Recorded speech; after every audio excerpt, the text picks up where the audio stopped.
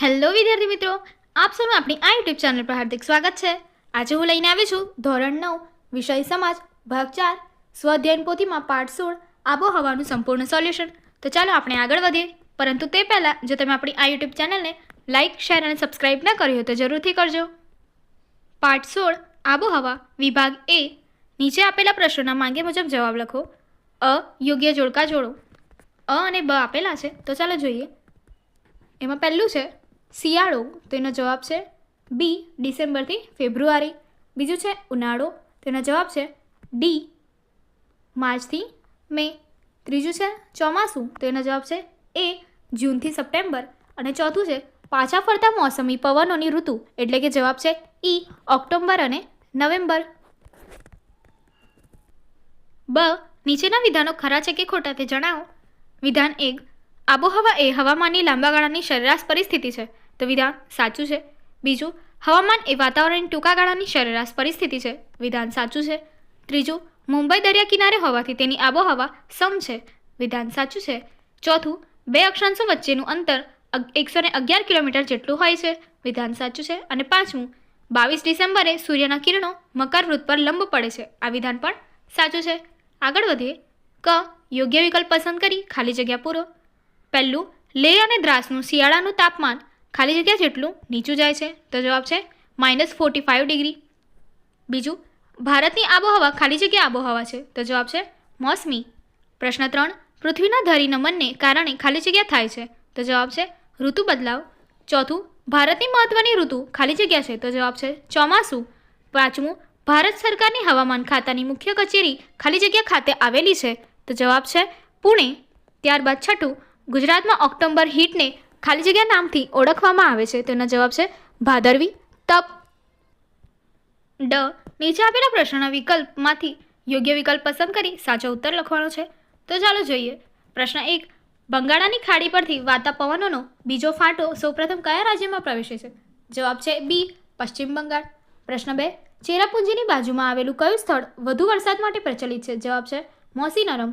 પ્રશ્ન 3, પૃથ્વીની ધરી કેટલા અંશે નમેલી છે, જવાબ છે સી 23.5 ડિગ્રી। પ્રશ્ન 4, પશ્ચિમ રાજસ્થાનમાં આવેલા રણ પ્રદેશમાં વાર્ષિક સરેરાશ કેટલો વરસાદ પડે છે, જવાબ છે એ 10 થી 12 સેન્ટીમીટર। અને પ્રશ્ન 5, નીચે પૈકી કયું પરિબળ હવાને અસર કરતું નથી, તો જવાબ છે બી રેખાંશ। આગળ વધીએ। ઈ નીચે આપેલા પ્રશ્નોના 1-2 વાક્યમાં જવાબ લખો। પહેલો પ્રશ્ન, આબોહવા એટલે શું? કોઈપણ પ્રદેશની લાંબા સમયગાળાની વાતાવરણની સરેરાશ પદ્ધતિ। પ્રશ્ન 2, હવામાન બદલવાનો આધાર શાના પર રહેલો છે? હવાનું તાપમાન, હવાનું દબાણ, પવનની દિશા, ધુમ્મસ અને ઝાકળ વગેરે પર। પ્રશ્ન 3, મોસમી પવનો કોને કહે છે? ઋતુ પ્રમાણે દિશા બદલતા પવનોને મોસમી પવનો કહે છે। પ્રશ્ન 4, ભારતીય ઋતુઓને પરંપરાગત રીતે કયા કયા ભાગમાં વહેંચવામાં આવે છે? 6 ઋતુઓ: હેમંત, શિશિર, વસંત, ગ્રીષ્મ, વર્ષા અને શરદ। પ્રશ્ન 5, હિમવર્ષા કોને કહે છે? હવામાં રહેલા ભેજનું અતિશય ઠંડીના કારણે બરફના કાણામાં રૂપાંતરો થઈને વરસવું એને હિમવર્ષા કહે છે। પ્રશ્ન 6, ભારતના હવામાન ઉપર કઈ ઘટનાઓને ઘેરી અસરો કરી છે? અલનીનો અને લાનીનો જેવી વૈશ્વિક ઘટનાઓએ અસર કરી છે। વિભાગ બી, પ્રશ્નોના ટૂંકમાં ઉત્તર લખો। પ્રશ્ન 1, વરસાદનો ક્રમભંગ એટલે શું? જવાબ, આગળ વધતા મોસમી પવનોની ઋતુ ચોમાસામાં વરસાદવાળા અને વરસાદ વગરના દિવસોના ગાળા વારાફરતી આવ્યા કરે છે, આ ઘટનાને વરસાદનો ક્રમભંગ કહે છે। પ્રશ્ન 2, ભારતની આબોહવાની વિવિધતા સમજાવતા 2 ઉદાહરણ આપો। આબોહવા પ્રમાણે ભારતમાં વર્ષની 4 ઋતુઓ છે: શિયાળો ડિસેમ્બરથી ફેબ્રુઆરી, બીજું ઉનાળો માર્ચથી મે, ત્રીજું ચોમાસું જૂનથી સપ્ટેમ્બર તથા ચોથું પાછા ફરતા મોસમી પવનોની ઋતુ ઓક્ટોબર અને નવેમ્બર। ભારતમાં સૌથી વધારે ઠંડી હિમાલયના પર્વતીય પ્રદેશના ઉત્તર ભાગમાં તથા સૌથી ગરમી રાજસ્થાનના રણ પ્રદેશમાં પડે છે। શિયાળામાં જમ્મુ કાશ્મીરમાં આવેલા દ્રાસનું તાપમાન -45 ડિગ્રી જેટલું નીચું જાય છે, જ્યારે ઉનાળામાં રાજસ્થાનમાં આવેલા શ્રી ગંગાનગરનું તાપમાન ક્યારેક 51 ડિગ્રી જેટલું ઊંચું નોંધાયેલું છે। ભારતમાં શિયાળો સ્ફૂર્તિદાયક અને આરોગ્યવર્ધક ઋતુ છે। ભારતમાં આ ઋતુ ઉત્તર પૂર્વના મોસમી પવનો વાય છે। ભારતમાં ઉનાળો ગરમ, સૂકી અને અકળાવનારી ઋતુ છે। ભારતમાં આ ઋતુમાં ઉત્તર પૂર્વના મોસમી પવનો વાય છે, તેની તીવ્ર અસર વર્તાય છે। ભારતમાં વર્ષા ઋતુ સૌથી અગત્યની ઋતુ છે. આ ઋતુમાં વાતા નેતૃત્વ મોસમી પવનો સમગ્ર ભારતમાં વરસાદ લાગે છે. બહુ વર્ષોના બહુ મોટા ભાગનો વરસાદ આ ઋતુમાં પડે છે. પ્રશ્ન 3. બંગાળાની ખાડી પરથી આવતા પવનોનો ભારતમાં કઈ અસરો સર્જે છે? જણાવો. બંગાળાની ખાડી પરથી આવતા મોસમી પવનોનો બીજો ફાટો સૌપ્રથમ પશ્ચિમ બંગાળમાં પ્રવેશ કરે છે અને ત્યાંથી વધુ આગળ વધીને મેઘાલય સુધી પહોંચે છે. આ પવનોમાં ભેજનું પ્રમાણ વધારે હોય છે. આ પવનોને લીધે મેઘાલયમાં ઘણો વરસાદ પડે છે. અહીં ગારો, ખાંસી અને જૈંતિયા ટેકરીઓના ઢોળાવો ઉપર અતિભારે વરસાદ પડે છે. પશ્ચિમ તરફ ફંટાતા પવનોની દિશા બદલાતા તેઓ હવે દક્ષિણ પૂર્વ દિશાના બને છે અને પશ્ચિમ બંગાળ, બિહાર, ઉત્તર પ્રદેશ થઈને પંજાબ અને હરિયાણા સુધી પહોંચે છે. આ પવનોમાં ભેજનું પ્રમાણ ઘટતું જાય છે, જેથી આ પવનોના માર્ગમાં પ્રથમ આવનાર પ્રદેશોમાંથી સૌથી વધારે અને અંતે આવનાર પ્રદેશોમાં ક્રમશઃ ઓછો વરસાદ પડે છે. આગળ જતાં બંગાળાની ખાડી પરથી આવતા મોસમી પવનો અને અરબ સાગર ઉપરથી આવતા પવનો ભેગા થઈ જાય છે અને તેના લીધે ઉત્તરવર્તી હિમાલયના ક્ષેત્રોમાં સારો વરસાદ પડે છે. ક્યારેક ત્યાં હિમવર્ષા રૂપે વરસાદ વરસે છે. પ્રશ્ન 4. વર્ષાછાયાનો પ્રદેશ કોને કહે છે? ઉત્તર. પહેલું, ભેજવાળા પવનોને આંતરતા પહાડની વાતાભિમુખ બાજુએ સારો વરસાદ પડે છે. બીજું, આ પવનોમાં રહેલો મોટા ભાગનો ભેજ પહાડની વાતભિમુખ બાજુએ ઠલવાઈ જતો હોવાથી તે પહાડની વાતવિમુખ બાજુએ ઘણો ઓછો વરસાદ આપે છે. એટલે કે પહાડની વાતવિમુખ બાજુએ આવેલ વિસ્તાર વર્ષાછાયાનો પ્રદેશ કહેવાય છે. વિભાગ સી. પ્રશ્નોના મુદ્દાસર જવાબ લખો. પ્રશ્ન 1. હિમાલય ભારતનું રક્ષણ કેવી રીતે કરે છે? સમજાવો. પહેલો પોઈન્ટ, ઠંડી હવાઓથી બચાવ. હિમાલય ઉત્તર તરફથી આવતી સાઇબેરિયા અને મધ્ય એશિયાની અતિશય ઠંડી અને સૂકી હવાઓને ભારતમાં મેદાનમાં પ્રવેશતા અટકાવે છે. બીજું, ઉષ્ણતા જાળવી રાખે છે. હિમાલયના કારણે ઉત્તર ભારતનું હવામાન સમશીતોષ્ણ રહે છે અને કડક ઠંડીથી રક્ષણ મળે છે.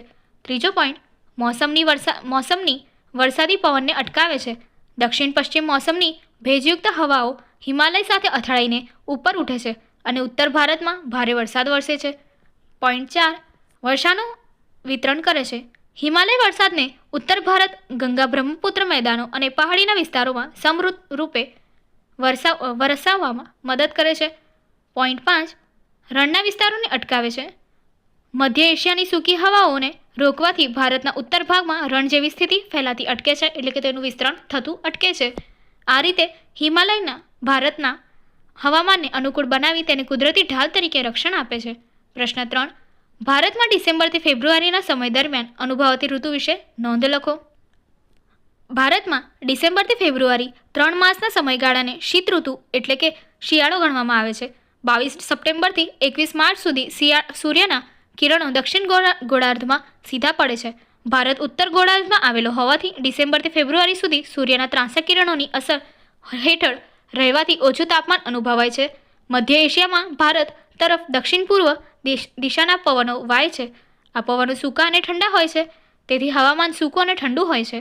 આ ઋતુ દરમિયાન આકાશ સામાન્ય રીતે વાદળ વગરનું સ્વચ્છ રહે છે. ઉત્તર પૂર્વ ભારત પ્રમાણમાં વધુ ઠંડો રહે છે, કારણ કે તે સમુદ્રથી વધુ દૂર આવેલો છે અને તેનો અમુક ભાગ રણ પ્રદેશ છે. શિયાળામાં આ પ્રદેશ ઉપર હવાનું ભારે દબાણ તૈયાર થાય છે. આથી પવનની દિશા બદલાય છે. અહીંના ભારે દબાણમાંથી ઠંડા અને સૂકા પવનો ઉદ્ભવે છે. આ પવનો જ્યાં જ્યાં પહોંચે છે ત્યાં તાપમાનમાં ઘટાડો કરે છે. દિલ્હીનું શિયાળાનું તાપમાન ઘણીવાર 10 ડિગ્રી સેલ્સિયસ કરતાં પણ નીચું જાય છે. અલ્હાબાદમાં 16 ડિગ્રી સેલ્સિયસ અને કોલકાતામાં 18 ડિગ્રી સેલ્સિયસ તાપમાનની આસપાસ રહે છે. આ સમયે હિમાલયમાં તાપમાન અત્યંત ઓછું હોય છે. શિમલા, દાર્જિલિંગ જાન્યુઆરીમાં માસનું તાપમાન 5 ડિગ્રી જેટલું હોય છે. હિમાલયમાં જ્યારે હિમવર્ષા થાય છે ત્યારે ત્યાંથી ઠંડી અને ભારે હવા ઉત્તર ભારતના મેદાન તરફ ધસી આવે છે. પરિણામે આ મેદાનો સહિત રાજસ્થાન અને ગુજરાતમાં ઠંડીનું મોજું ફરી વળે છે. તાપમાનમાં એકાએક ઘટાડો થાય છે. કેટલાક ભાગોમાં હિમ પડતા કપાસ જેવા પાકોને નુકસાન પણ થાય છે. અલબત્ત શીત ઋતુમાં ઊંચા પર્વતીય વિસ્તારો સિવાય ભારતમાં તાપમાન ઠાર બિંદુથી નીચું જતું નથી, કારણ કે હિમાલયની ગિરિમાળાઓ મધ્ય એશિયા તરફથી આવતા અતિશય ઠંડા પવનોને રોકે છે અને ભારતને સખત ઠંડીથી બચાવે છે. વિભાગ ડી. નીચેના પ્રશ્નોના સવિસ્તાર જવાબ લખો. પ્રશ્ન 1. વાતાવરણીય દબાણ અને પવનો આબોહવાને કઈ રીતે અસર કરે છે?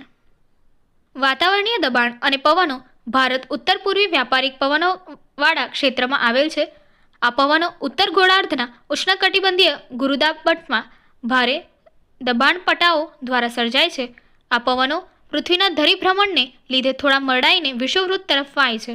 ભૂતકાળમાં દરિયાઈ માર્ગે થતા વેપાર માટે આ પવનોનો લાભ લેવામાં આવતો હતો, તેથી તેને વ્યાપારી પવનો કહે છે.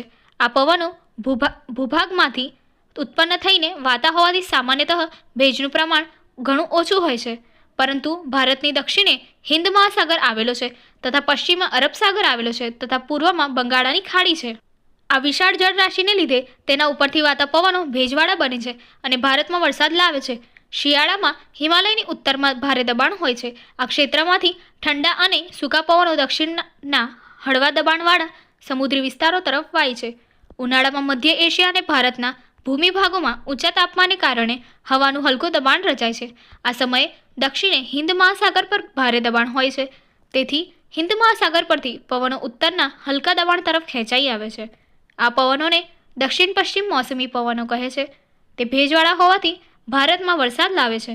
ભારતીય વિસ્તારથી દૂર આવેલા કેટલાક પ્રદેશો ઉપર ક્યારેક વિશિષ્ટ ઘટના આકાર લે છે, જેનાથી આબોહવાની દીર્ઘકાલીન પ્રણાલીમાં તે સમય પૂરતો થોડો તફાવત સર્જાય છે. ભારતના હવામાન ઉપર જેટ સ્ટ્રીમ, પશ્ચિમી વિક્ષોભ, વેસ્ટર્ન ડિસ્ટર્બન્સ, અલ નીનો, આઈટીસી સી ઝોન જેવી ઘટનાઓ ઘણી અસર કરી રહી છે. આમ છતાં એકંદરે ભારતની મોસમી આબોહવાની લાક્ષણિકતાઓ જળવાઈ રહી છે. પ્રશ્ન 2. ટૂંક નોંધ લખો. ઋતુ પરિવર્તન. ઋતુ પરિવર્તનના મુખ્ય કારણોમાં પૃથ્વીનું સૂર્યની ચારે બાજુ પરિક્રમણ ઉપરાંત પૃથ્વીની ધરીનું નમન પણ ભાગ ભજવે છે. પૃથ્વીની ધરી 23.5 ડિગ્રી નમેલી છે અને કક્ષાની સાથે 66.58નો ખૂણો બનાવે છે. પૃથ્વીના ધરી નમનને કારણે ઋતુઓ થાય છે.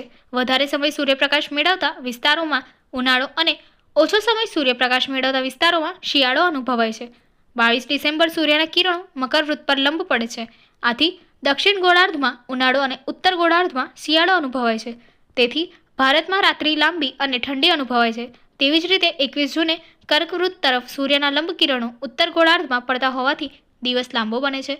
ધરીભ્રમણ અને કક્ષાભ્રમણ ગતિની સીધી અસર માનવ જીવનના ખોરાક, પોશાક અને રહેઠાણ પર થાય છે. ભારત જેવા મોસમી આબોહવા ધરાવતા દેશોમાં ઋતુ પ્રમાણે દિશા બદલાતા શિયાળાના અને ઉનાળાના મોસમી પવનો ઋતુગત હવામાન પર વ્યાપક અસર કરે છે અને દરેક ઋતુના હવામાનને આગવા લક્ષણો આપે છે. આથી જ આબોહવા મોસમી આબોહવા તરીકે ઓળખાય છે. પ્રશ્ન 3. ભારતના રેખાંકિત નકશામાં નીચે આપેલ વર્ષા વિતરણના પ્રદેશો યોગ્ય રીતે સંકેત વડે દર્શાવો. જેમાં 400 સેમીથી વધુ વરસાદ ધરાવતા પ્રદેશ, 200 સેમીથી 400 સેમી વરસાદ ધરાવતા પ્રદેશ, 100 સેમીથી 200 સેમી વરસાદ ધરાવતા પ્રદેશ અને 20 સેમીથી ઓછો વરસાદ ધરાવતા પ્રદેશનો સમાવેશ થાય છે, કે જે અહીં આપણને નકશામાં દર્શાવેલું છે. તો ચાલો નીચે જોઈએ. પ્રશ્ન 4. નીચેના કોષ્ટકમાં માંગ્યા મુજબની વિગત આપેલ છે. વિગતોમાંથી શોધી યોગ્ય ખાનામાં લખો. તો અહીં આપણને રાજ્યોના નામ આપેલા છે.